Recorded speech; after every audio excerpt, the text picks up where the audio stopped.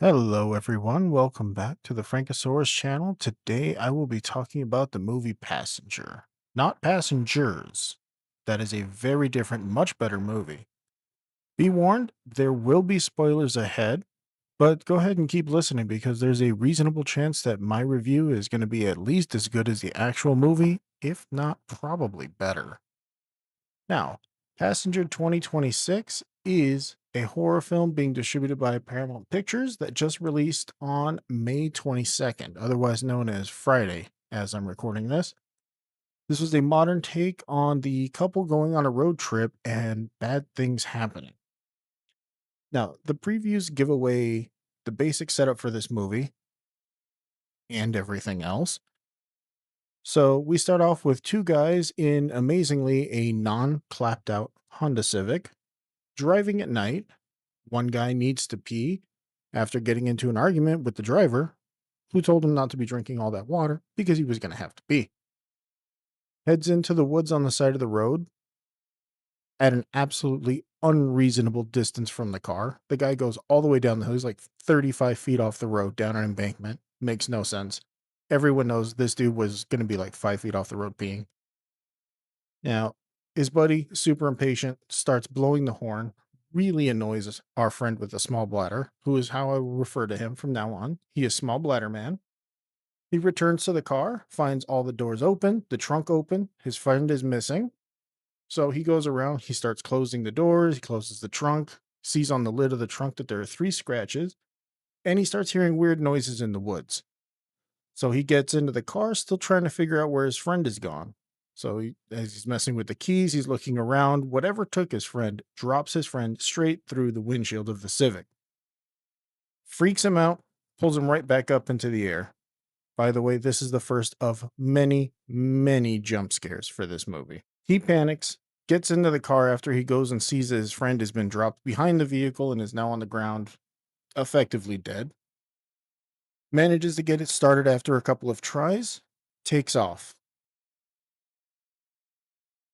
As he's trying to get away from whatever is going on, he starts seeing our Spectre, the passenger, on the side of the road.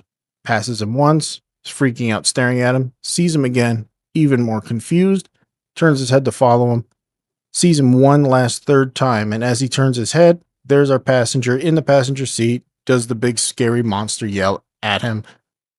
Big jump scare, and we're done with the intro of the movie. So we have the setup of the premise. We see kind of what's happening here. And now, sadly, the best part of the movie is pretty much over. You could basically have seen the entire movie from the preview. If you were to slow it down and look at it scene by scene, you could put this entire thing together. But we're going to go through it for you so that you don't have to. Honestly, something I know it has to be very difficult to do is put trailers together for a movie because you have to show enough to get people interested, but you can't show too much. Well, this movie failed that miserably. Everything is in the preview. So we're introduced to our main characters, Maddie, played by Lou Liobel. She's our main character of the two, and her boyfriend, Tyler, played by Jacob Scipio. He was in Bad Boys for Life and Expendables 4, if you're wondering. Looks like he might have been a stand-in for Taylor Lautner at some point during Twilight, but he probably wasn't. I didn't see it on his IMDb. Now, as they pack up their absurdly huge Brooklyn apartment, they trading in the city life for a decked out Mercedes diesel Sprinter van. If you guys don't know what that is, it's one of those really big, tall vans made by Mercedes. Dodge has a version of it. This thing is like 60 grand, gutted, basic. And theirs is fully kitted up off road, full surround sound, full surround cameras, navigation, bed, bathroom, cooking, drainage, water store, everything. Like this is an obscene build. This has got easily a couple $100,000. So I'm convinced that honestly, these two have the sort of jobs that those families on HGTV that are hunting for a house, yeah, they must have those kinds of jobs because there is no way that two 20 somethings living in Brooklyn with like a multi-$100,000 a year apartment. They're just, it makes no sense. We're already off to a bad start. So, since we know that they don't really talk about much at this part is just that they're super excited to jump on this whole van life trend that they've been seeing and obviously are hipster about.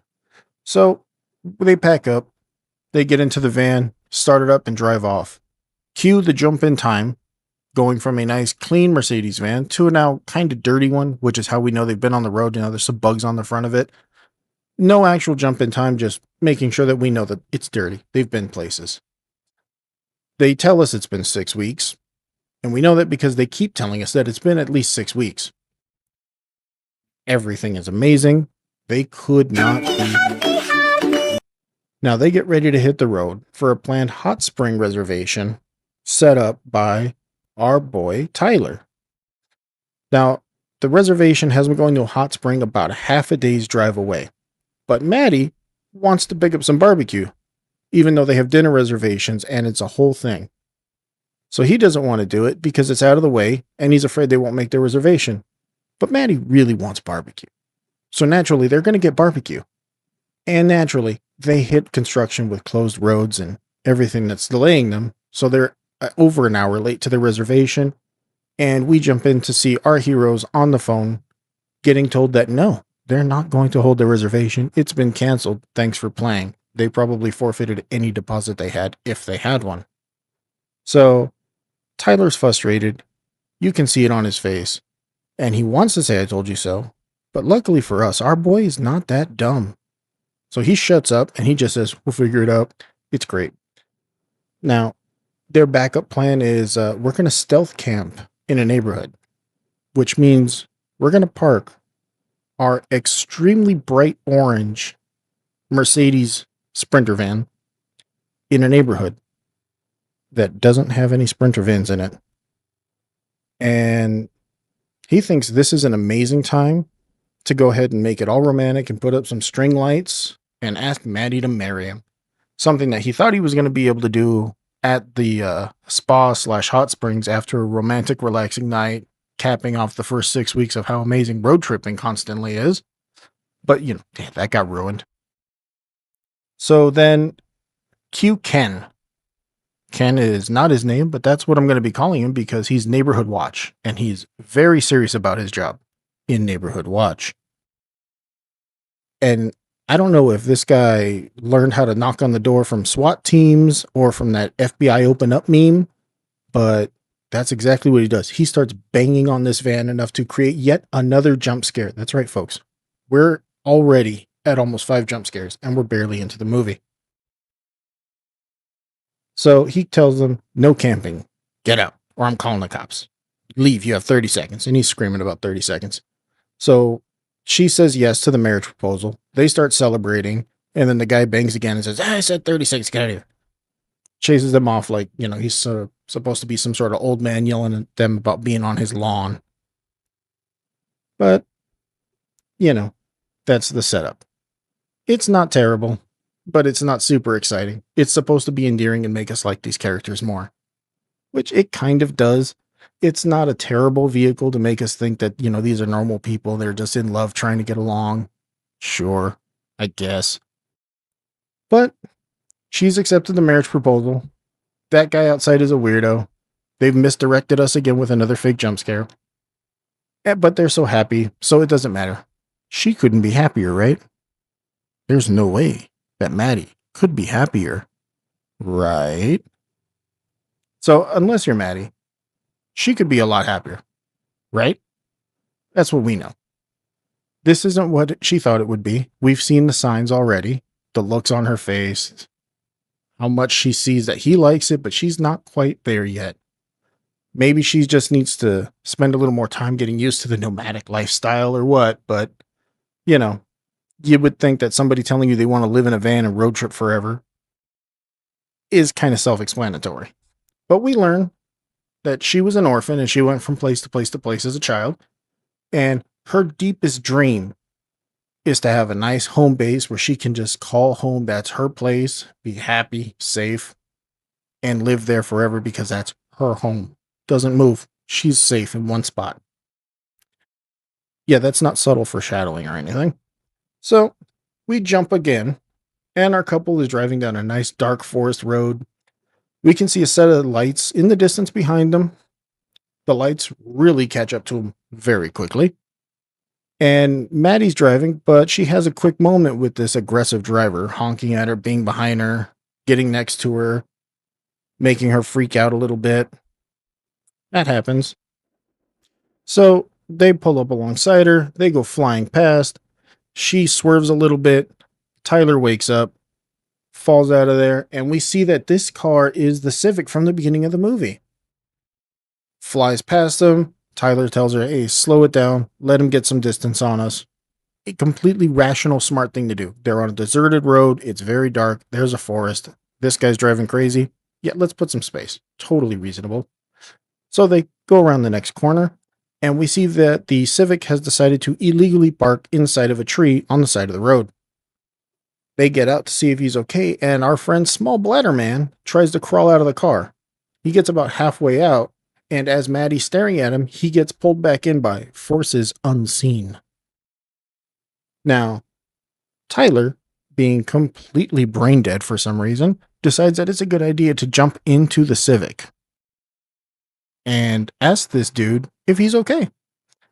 Granted, this guy is now inside the car, face down against the horn. As he reaches over to kind of tap him and see if he's okay, the airbag goes off for yet another jump scare. This is all the movie has for us is jump scares. And this shows us that Small Bladder Man's face is torn up and he's missing almost half of it now. And he is for sure dead. All that's going on, Maddie is on the phone with 911, trying to get them to come out. And as she's doing that, she turns around and she sees a mysterious person standing on the side of the road. Kind of like how Small Bladder Man did as he was driving. Obviously, we know who that is. She doesn't. But she spots the scratches on the trunk of the car, too. So the passenger disappears. Tyler never sees him.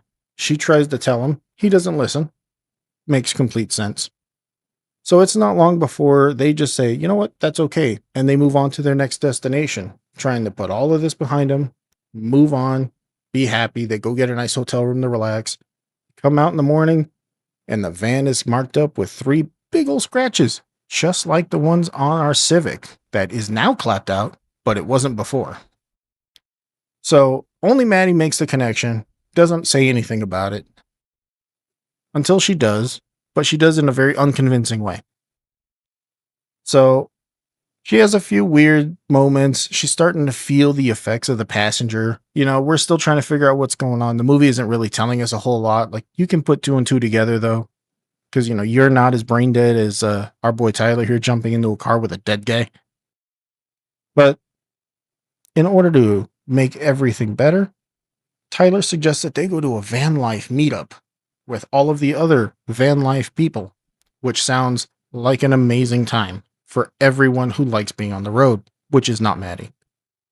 So they go, and at the meetup, Tyler finds his van life hero YouTuber, the guy who influenced him into doing this. So this guy is a legitimate influencer at this point. Brad Fuller has his channel, has his banner, and Tyler cannot help but go over there and just fangirl all over this dude.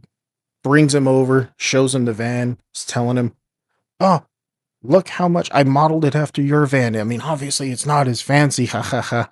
Because, you know, he only has a few $100,000 to spend on a van. I'm sure the YouTuber guy has YouTuber money and spent $500,000.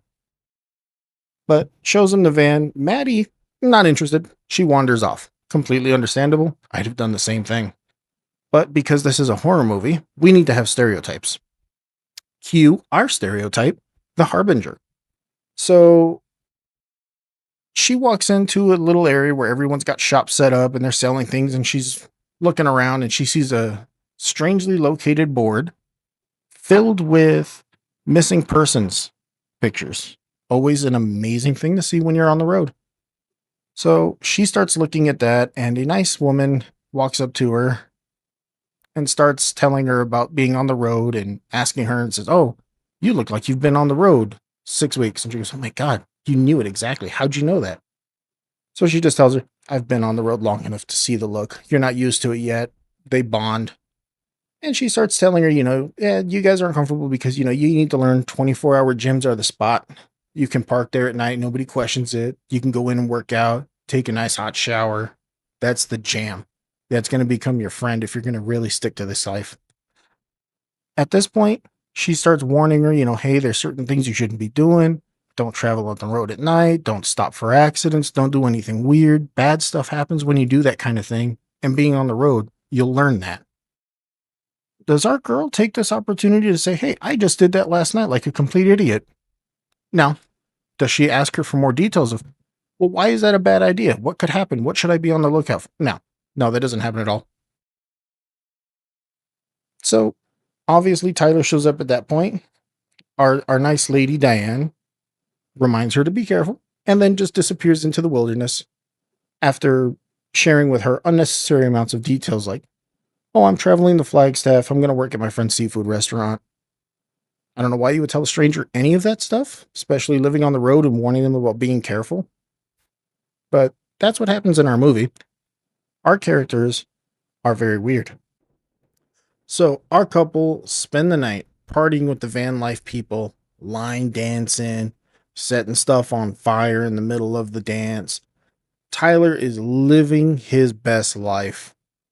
He is living the dream. And Maddie can see it on him. She's looking at him, and this dude has never been happier. He's got his girl, he's got his van, he's got weirdos in a field doing line dances that he doesn't know how to do, but they're pulling him into it like they're old friends anyway. All the movie tropes. This stuff is fantastic for him. She's not super happy though, but you can see it. She's trying for him, which is cute. It's an endearing couple thing. But after this, cuts to the next scene, and they're in a gym. She's coming out of the warm shower, just like Diane suggested. They're listening, which is nice. Tyler is using the Wi-Fi to download a movie, probably illegally because he's a bad person. Even though he has all the money in the world, apparently.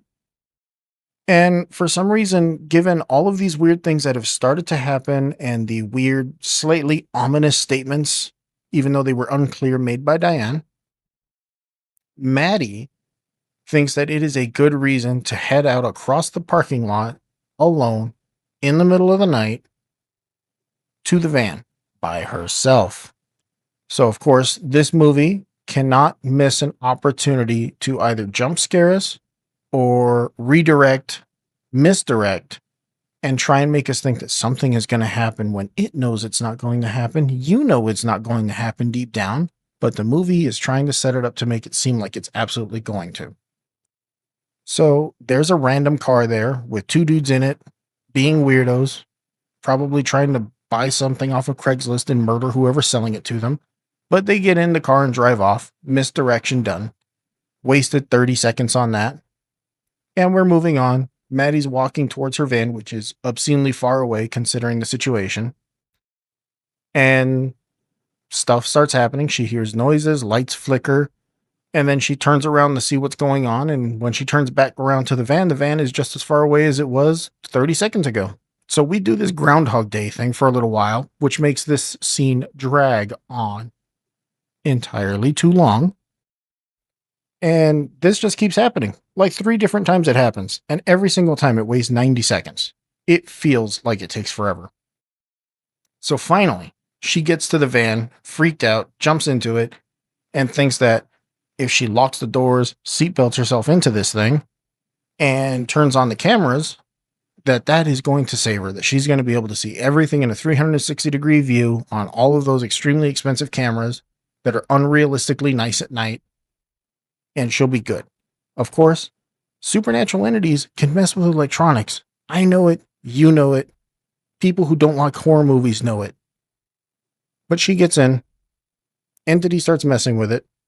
And now she's even more terrified. So the passenger starts terrorizing the van, smacking it, shaking it, beating the crap out of it like Ken from the Neighborhood Watch was doing earlier. She's freaked out. Finally, he gets it open. I guess she left the back door unlocked for some reason. So he opens it and gets in because non-corporeal beings need to be able to use door handles. It's very respectful. It's very nice. So if he ever met Lockpicking Lawyer, this would be the ultimate entity, because now you could not stop him with closed and locked doors. But he gets in. She's seat belted. He magics the seatbelt to tie her in there so she can't get out. She's straining, trying to reach the button, but obviously she can't. And I guess this guy took lessons from Nosferatu and is the slowest being on the planet. Reaches up behind her, starts giving her a weird shoulder neck massage, and then starts choking her non consensually. But somehow she manages to reach forward and rip the center rear view mirror off of the car, which has a medal that Tyler put on there at the beginning from St. Christopher, saying that his family always does that. Well, she's ripped the mirror off and she's trying to hit the entity with the mirror, which is swinging the metal. The metal lands on its hand, and of course, being a holy object, burns him. He disappears. She gets out, and Tyler finally shows up after having been gone for entirely too long to be reasonable, considering the situation and his girlfriend being out in a parking lot in the middle of a place they don't know in the middle of the night. She's freaked out. He tells her that he can't find anyone in the van. He goes looking. There's no sign of forced entry. There's no sign of anything because it's a spirit. So there's not going to be. But he doesn't know that. But he tries to be good guy Greg. He tells her that he believes her and that, he'll take care of it. But that the cameras don't record if the van isn't actually running. So she no longer has any proof to show him. But he says it's okay. I'll still believe you. It doesn't matter. Now, does this help them learn their lesson and take either the book that Maddie found when they were at a random store that said Ghosts of the Road and had all of this spooky ghost knowledge in it that, was one of the MacGuffins for the movie that's going to tell her all the secrets? No, she doesn't bother to look at it. Does she start listening back in her brain to what Diana was telling her and wonder, am I missing something? Did she tell me the secret sauce and I just wasn't paying attention to it? No. No, they don't. And why would she? It's not like she's being tormented specifically at night or anything, when spooky stuff is supposed to be able to happen. So they just continue to travel down small roads at night. And, they have this date night with the movie that Tyler was downloading from the gym's Wi Fi, which I'm sure the gym loved. But they're off in the woods. Tyler sets up this bed sheet as a screen, puts up a bunch of cute lights, makes a very cute date night in the woods. Is it a good idea? Absolutely not. But Tyler said he believed her, that something was happening. He thought it probably was some sort of person or hobo, or she just imagined something. But whatever it is, Tyler believes that it is in the past, that it is physically not with them. So it's cool. They can take a minute, have a breather, relax.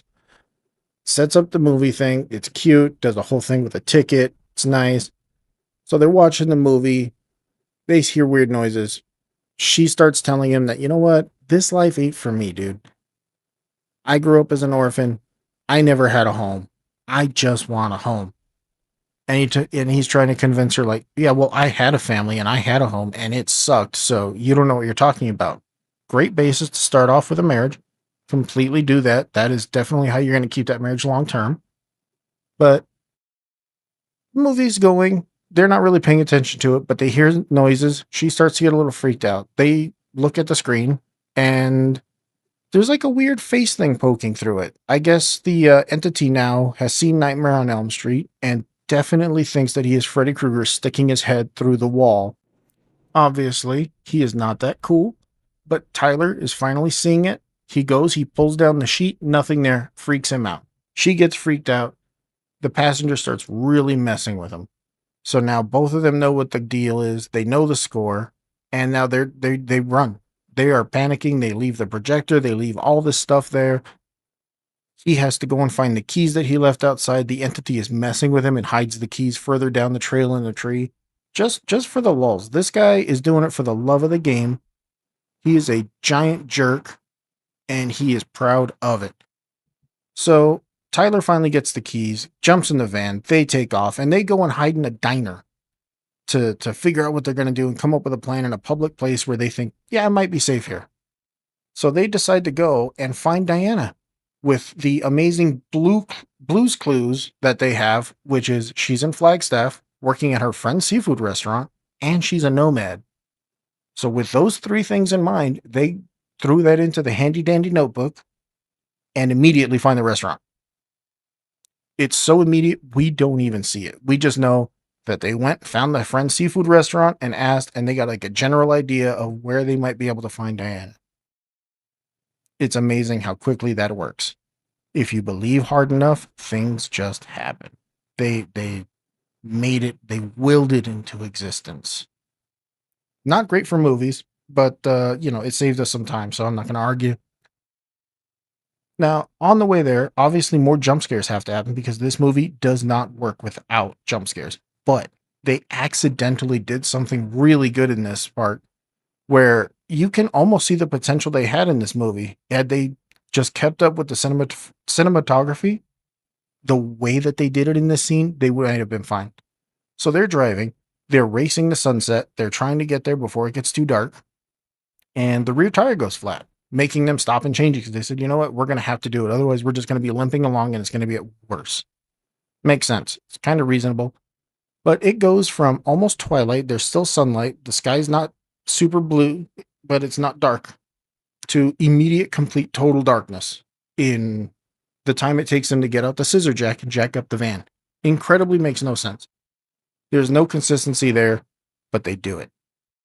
So Tyler, our boy, is struggling to loosen the bolts on the wheel. Why? I don't know, but he is. So he finally gets them off, and for some reason, knowing that they're being chased by a weird entity that can touch and affect things in the real world, he's just thrown them onto the dirt next to the floor.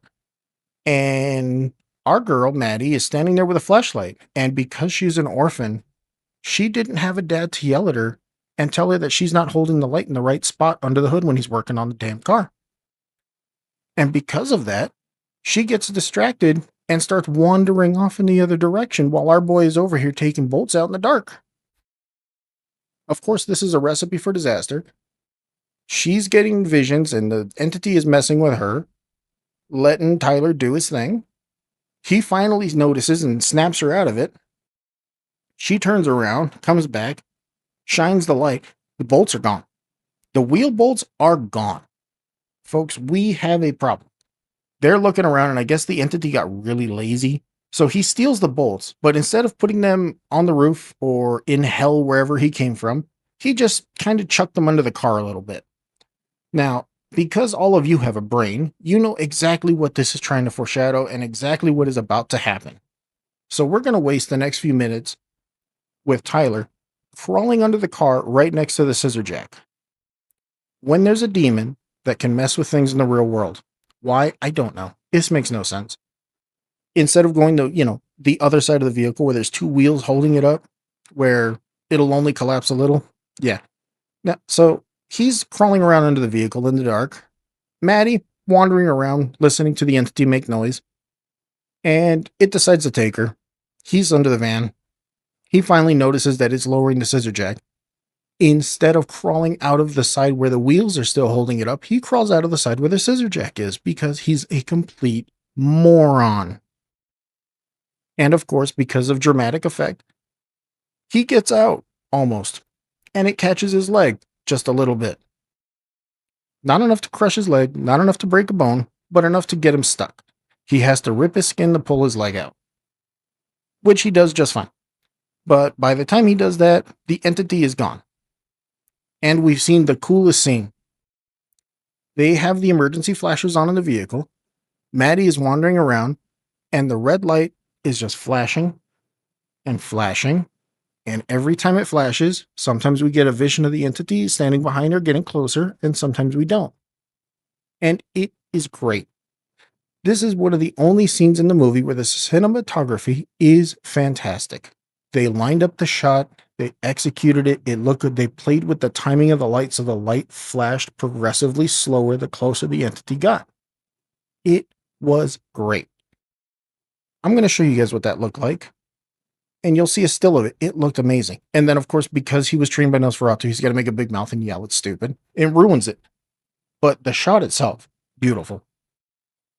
So Tyler is inconvenienced by the van sort of falling on his leg a little bit, but somehow he realizes Maddie's gone, and this guy channels his inner NASCAR pit crew, gets the scissor jack back up, slaps the wheel back on, tightens down all the bolts, and remembers that earlier. Oh yeah, we saw a wreck that had the three claw marks on it. He must have taken her there. How he knows that, I don't know. They don't explain it, and don't ask questions because you don't want the answer because there isn't one.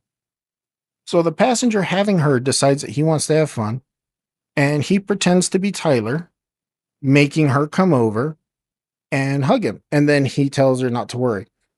So he uses his demon powers and he puts her on the ground, kneeling and with her arms out like she's on the cross. And in the second and only other really cool shot of this movie, while she's being held there by the demon's powers, Tyler is driving like a madman behind them. And the eyes of the demon start glowing, but they glow into the headlights of the van. It's gorgeous cinematography. They lined it up and they executed it too. I don't know how they managed to get two really beautiful shots. Like it's just laid out nicely and it's executed well. I don't know how they managed to do that while ruining everything else in this movie, but they did. But because plot armor, Tyler sees her in time coming around the blind corner in a super dark area, but he stops, gets the van sideways, does a cool stop. They're reunited. She doesn't even question for a second if this is another vision or not. She just jumps into his arms because that's what you do. And then they just take off and magically find the drifter camp.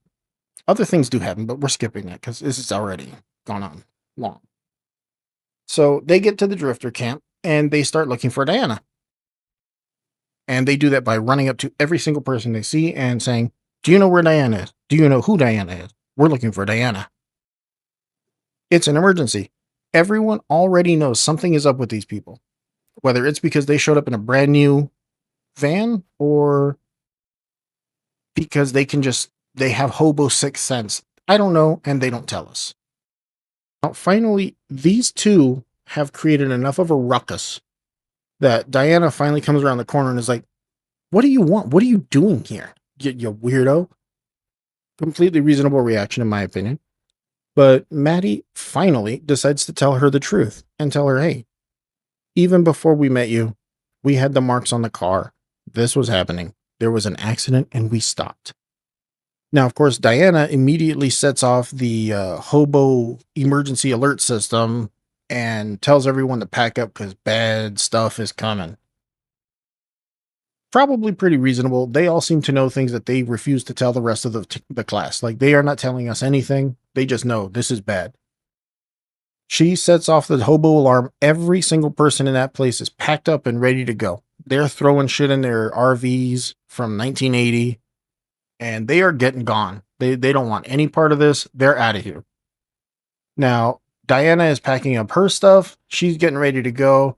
And suddenly she remembers that Maddie and Tyler are actually the main characters, and she's kind of an NPC, so she can't do that. She can't just give them the middle finger and leave, even though she should.